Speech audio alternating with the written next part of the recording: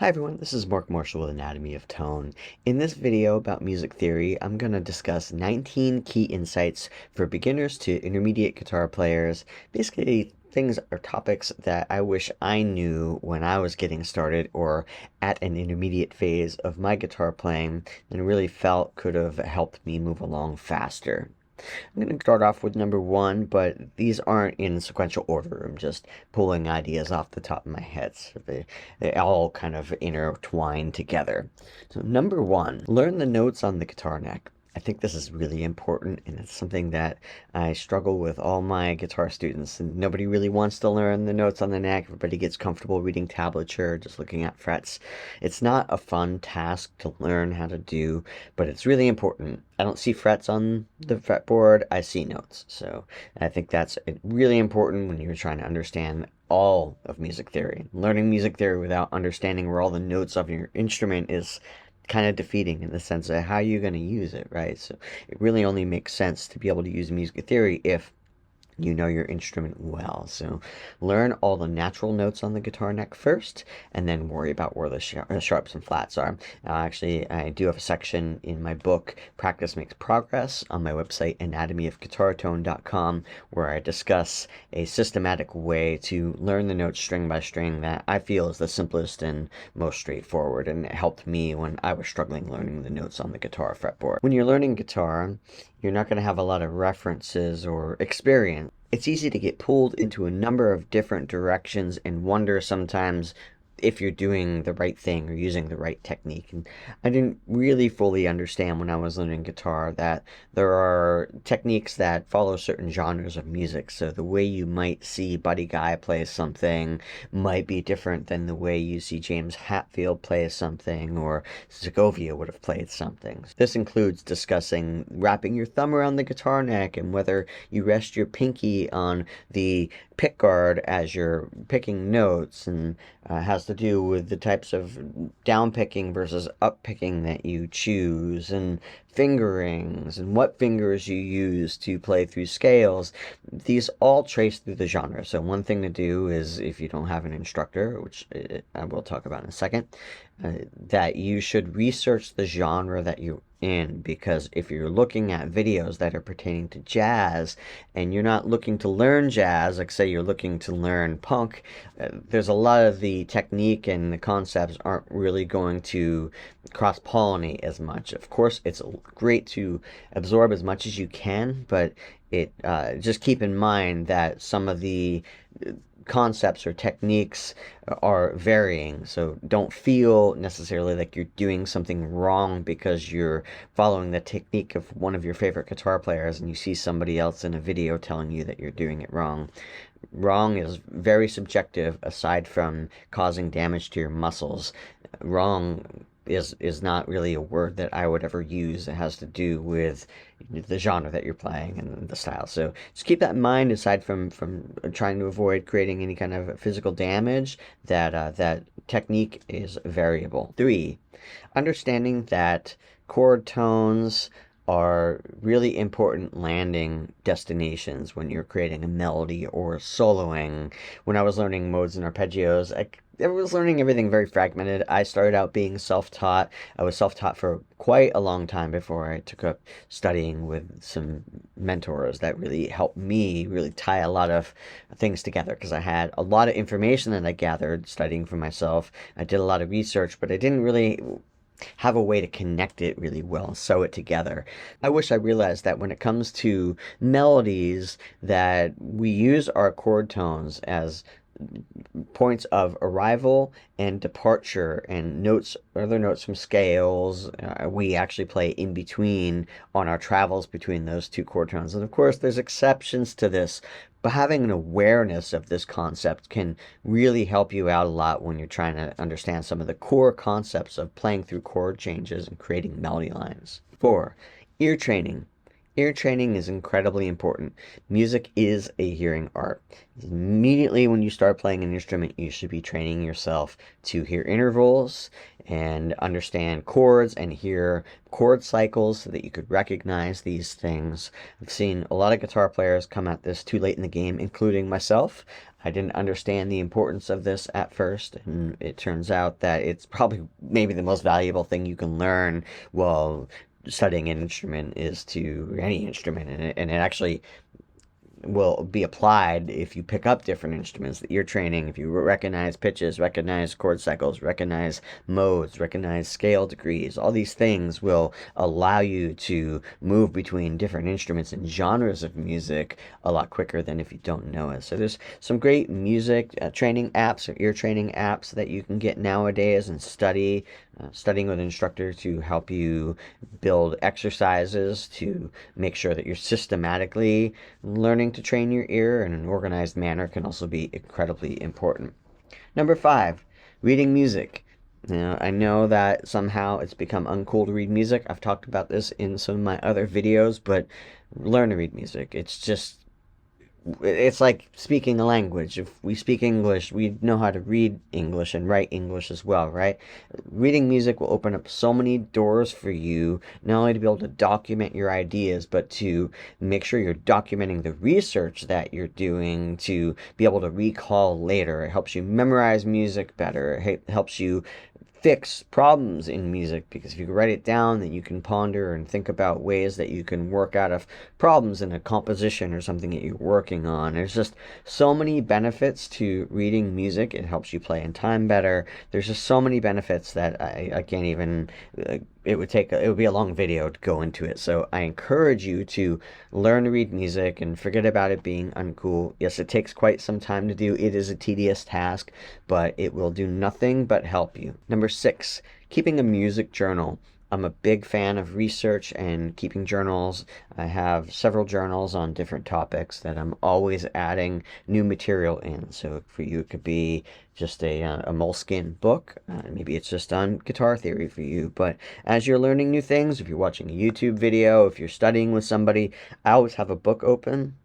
I'm writing things down as I'm learning them, and I have a scratch journal that I temporarily write down the information, the research that I'm gathering, and then I transfer that to a more permanent journal where I make sure that my handwriting is very clean. I like to use a really nice pen and a really nice journal with good paper in it, and I treat the whole process with respect, and it's almost like a ritual, right? I'm doing this as I'm trying to take in the information, and by writing it down, it gets imprinted in your memory more than if you just write it in a computer. It's just a scientific fact of the human brain. So by writing it down on paper, you're starting to absorb the material more than if you would just take a screenshot it or something. But document everything that you're learning, every song that you learn, every information or cool idea that somebody told you about music.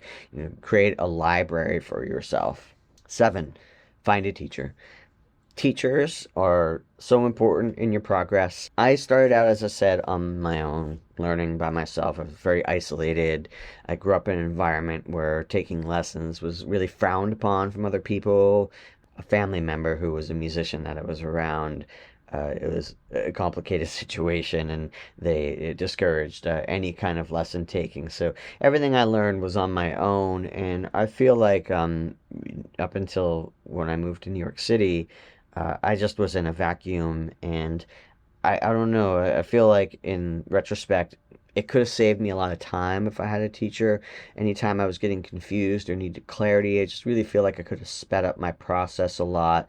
I wouldn't have been as frustrated, because there were a lot of times where I was really frustrated because I was learning a lot of things on my own, music theory, everything about it, technique, and I stumbled a lot until I finally found my way to where I am now. And that's also at some point I found a couple of really great teachers that I learned a lot of classical theory from and jazz theory.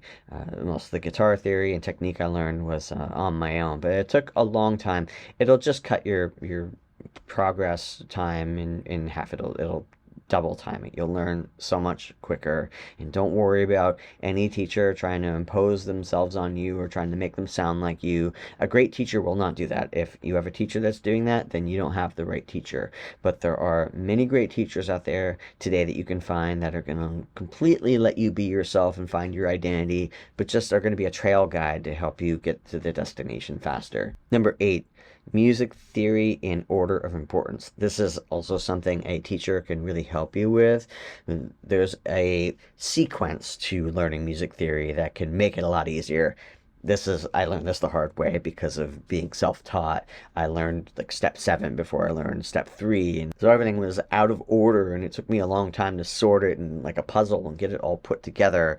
But studying with somebody can say, here's step 1, step 2, step 3, step 4, which again, it speeds up your progress. And also, don't learn any music theory that is not related to the music that you're playing right at the moment. Of course, it's great to understand as much as you can, but if you don't have a purpose for using it, it'll just start to fade in your mind, and the stuff that you'll do the strongest with is stuff that you'll be using on a regular basis. So whatever genre of music that you're playing, learn the music theory first that relates to that genre of music before you start breaking out, because then you'll have some really strong associations, and then you'll have a anchor tethered back to where you initially started. Number 9, I touched on this a little bit before, but using scales and modes as color tones between target or chord tones.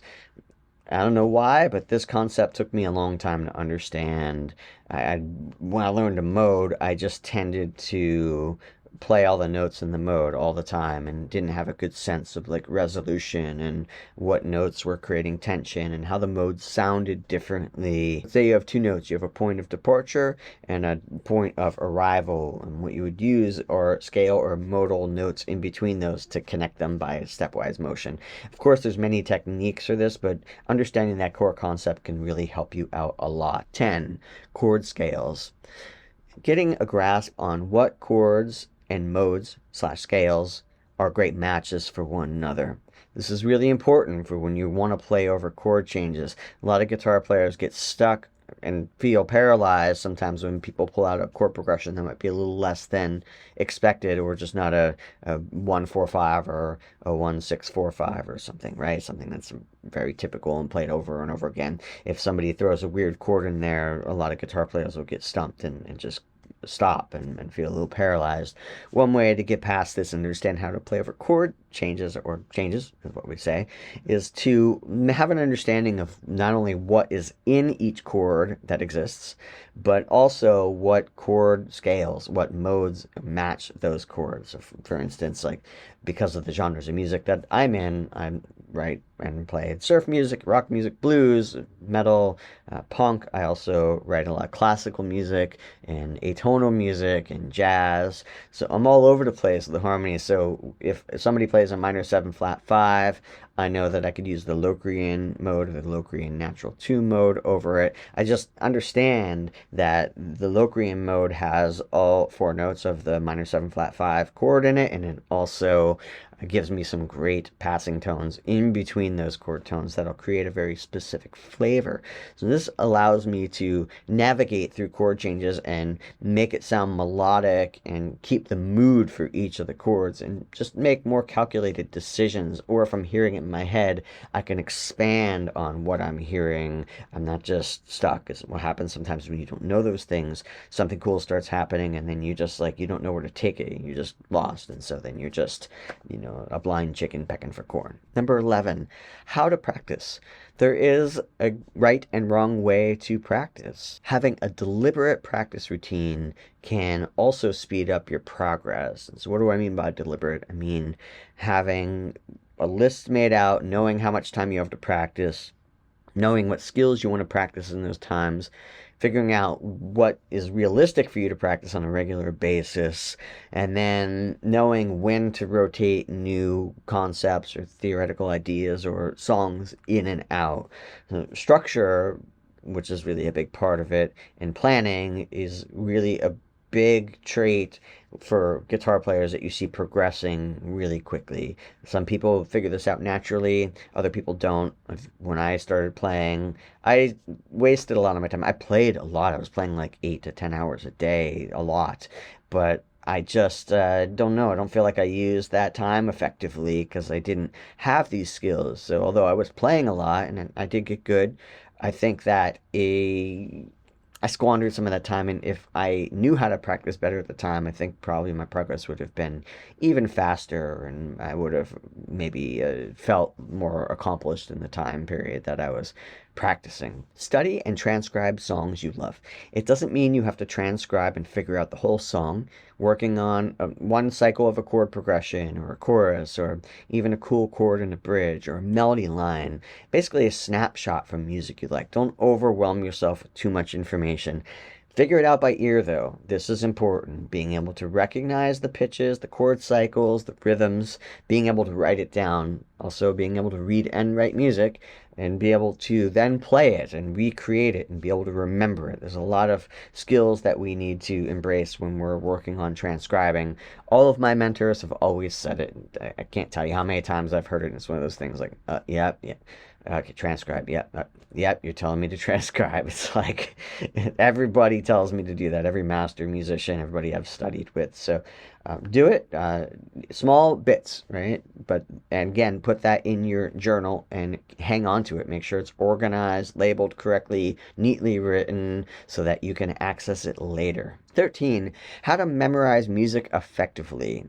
There are some great books on memory, and there's a system called the Memory Palace, and is it the book Moonwalking with Einstein? I think that's what it's called. It's a really wonderful book about memorization techniques, which I use to this day. There are several techniques in there that I use for different types of memorization for a gig and for songs, but I found it very useful, and this was something also that I felt I wasn't super strong at back in the early days, was memorizing music. They all blurred together, and I didn't have strong associations for each of the songs. But you're going to have to memorize material or remember songs or concepts, so having a handle or gathering some tips on how to memorize music could be really helpful.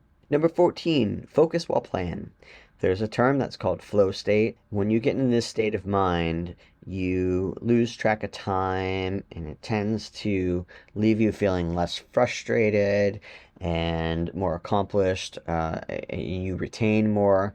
It basically has to do with you not having interruptions, disabling all kind of technology. You don't want to get text messages, emails, any kind of interruptions. You don't want to be checking any devices or anything during the time, or at least some of the time while you're practicing. Now, it takes about 15 minutes or so to get into what they call a flow state, which means that point where you're just lost in it and you're not really thinking about the time. You're just like in a world.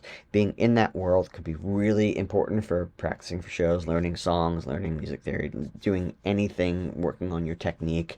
It doesn't mean you have to stay in flow state for hours at a time, but just short periods of time, if you could manage to do it every day and just stop the world from interfering with what you're doing for maybe a half an hour at least of time. I try to do it for a couple hours every day. It's when I compose and I do my research on music and do score reading or transcription.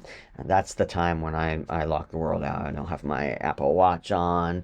I don't have my iPhone near me. My computer is down. I work from paper.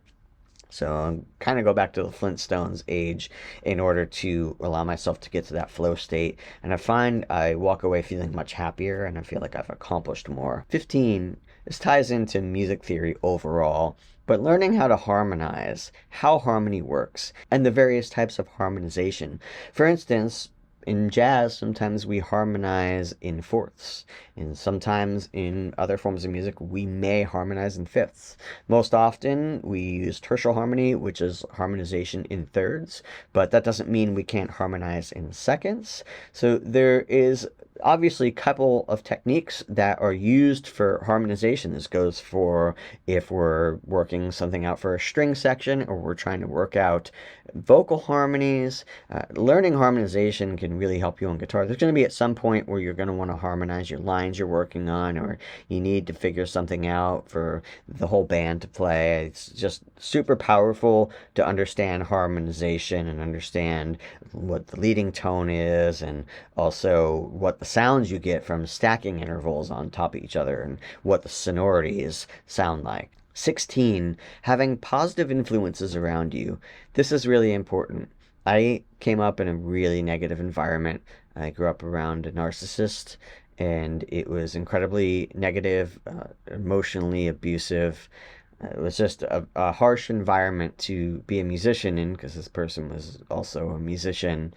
And there was a lot of building up and taking down, right? There was a lot of, you're good enough. Now you're not good enough. I don't think you're going to be able to do this. Oh, you're doing really great today. I just don't think you'll pull it off. It was just this yo-yo pattern of things happening. Whenever this person had a bad day, it was their fault horribly. I suck. The world sucks. This is horrible. And then it would turn on me, and it's like, no, it's not me. It's you.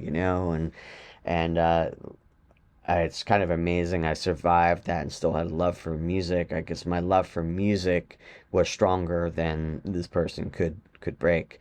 I did walk away from that having an understanding of how important it is to have people positive around you. So if anybody is saying things to you that you're not good enough, or you should be doing this or you should be doing that, you shouldn't be playing guitar, you should be playing bass, you're better at this, and blah blah blah, just that's a signs of somebody who's toxic. And so I think learning some traits about personality disorders can be helpful, because we're all going to be around people, whether they're teachers, they're bandmates, and we should have an understanding to be able to look out for warning signs for situations that could be pretty negative for us. You want to maintain that positivity. I'm not talking about somebody giving you constructive criticism, because that's okay. Constructive criticism could be very positive and you need that, but how that's structured is really important. There's a difference between somebody telling you or assisting you how to get better and somebody trying to keep you down or be dismissive or trying to control you. Learn about this and just be mindful. If somebody is not being positive to you about your growth and your journey, then try to get them out of the picture. 17, confidence. There's a reason that this is following number 16. It's hard sometimes to develop confidence when you're learning an instrument, because you feel like you know so little. And no matter where we get, we always feel like we don't know enough. I'm still on a journey of learning music. I've been doing this a long time, and I have quite a few accomplishments. I've done a lot of things I've always wanted to do, but I still feel like, oh, I'm still not there yet. In my mind, it's like, it's always next year, it's going to happen. You have to be happy with where you are right now, and you can look forward and you can say, I have plans to achieve this goal and that goal, right? You can make lists. I'm a big fan of lists and goals, but don't be down on yourself. Remove things, statements, sentiments. Don't tell other people that you suck or anything like that. Don't prep people for something you're going to play or do. Well, I'm not really good at this. Like, be confident. There's some great books on confidence that can talk about the effects of affirmations and positive thinking and how it actually changes your biology. It's fascinating, actually, how thought can change your biology. So look into that, and I think it's just a common trait I've seen amongst a lot of musicians. We tend to be insecure. We work in a business that it's a lot about our feelings and our emotions, so we feel like we're exposed all the time. Everything that we play, even if we're playing a cover tune, we feel exposed, and so a lot of times we're trying to protect ourselves, but we're protecting ourselves the wrong way, and insecurity is not actually going to protect you. So develop confidence even when you're in early stages of learning music. Be confident about where you are and what stage you're at in your journey. Be happy with that. You have to love the process because the process doesn't ever end. You have to be kind to yourself and be positive and feel that you're good enough to do it and that you have achieved something today that was different than you achieved yesterday. You've grown. So try to keep that mindset. 18, as I was mentioning, big fan of lists. So I keep a goal list. It's a big list of overall big picture stuff. Say I'd want to be able to play, I don't know, Giant Steps in a year, or I might want to play Master of Puppets in a year, and I'll put that on my list. So those are my big picture goals. And then I might have a smaller list that has more month-to-month goals that are going to get me to those bigger goals. So for Master of Puppets, I might want to get better at down picking, right? And get better at palm muting. These are a couple of smaller goals that are going to lead me to the bigger goal. I also like to keep a list of my weaknesses. So I keep a list of all the things that I feel like I could be better at. I'm not going to say I'm bad at because I just don't want to think in that negative terminology. I want to put a list together of things that I can improve, right? Or just heighten the level of. And then I'll go through those lists. I always keep an eye on the list because what you're going to do is you're going to achieve all these goals eventually. And you scratch them off. It's nice to look back and see your progress. We get lost in our heads sometimes when we're working and we don't tend to appreciate how far we've come. So by keeping lists and scratching things off, we're going to have a visualization and proof of how far we've come to help calm that negative voice in our heads. So I use a planner, a yearly planner actually, and I keep day-to-day logs of how I've been practicing, what I've been practicing, and of course in there I also have my goal lists and my lists for improvement. 19, patience. You must have patience. It is a slow process. Learning a musical instrument is an investment. Guitar in particular is not an instant gratification instrument. Piano is equally hard in its own way, but immediately when you sit down, you can start making some sound that sounds pleasing, even if you're playing two notes. Guitar, you could get buzz notes. It hurts your fingers for a while. It just can be a little unpleasant for a little bit. So it's more of an investment. You will get over that hump and it will sound great. You will make progress. It's totally possible to become a great guitar player. You don't have to wonder, am I capable of doing this? If you're interested in it, you are capable of doing it. So just remember that and just take your time with it and be patient. Don't overload yourself. You're not going to proceed faster if you're stuffing too much information in your brain at one time, which is another thing a teacher will help you do. They'll help you regulate the quantity of information that you're taking in at any given time in order to make sure that you're able to process everything that you're working on evenly. So just be calm with everything and realize it's going to take some time and just find a way to enjoy the process. The truth is it's very much about the process. For me, I've learned that as much today as it was many years ago when I started learning to play guitar. It's as much today about the excitement of learning something new. There's always something new to learn. There's always a song I've never heard before with combinations of chords or a melody line or a theoretical or technical concept I've never understood before. So it's limitless. Enjoy the fascination with the guitar and just buckle in and enjoy what may be not the fastest ride, but a very enjoyable experience. Well, I hope you found these 19 tips helpful. I'm happy to answer any questions or dig deeper into any of these concepts. You can reach me at anatomyofguitartone.com. I also teach intermediate to advanced guitar lessons. You can reach out to me on my website and be glad to talk to you beforehand to see what your interests are and if we would be a good match for each other for lessons.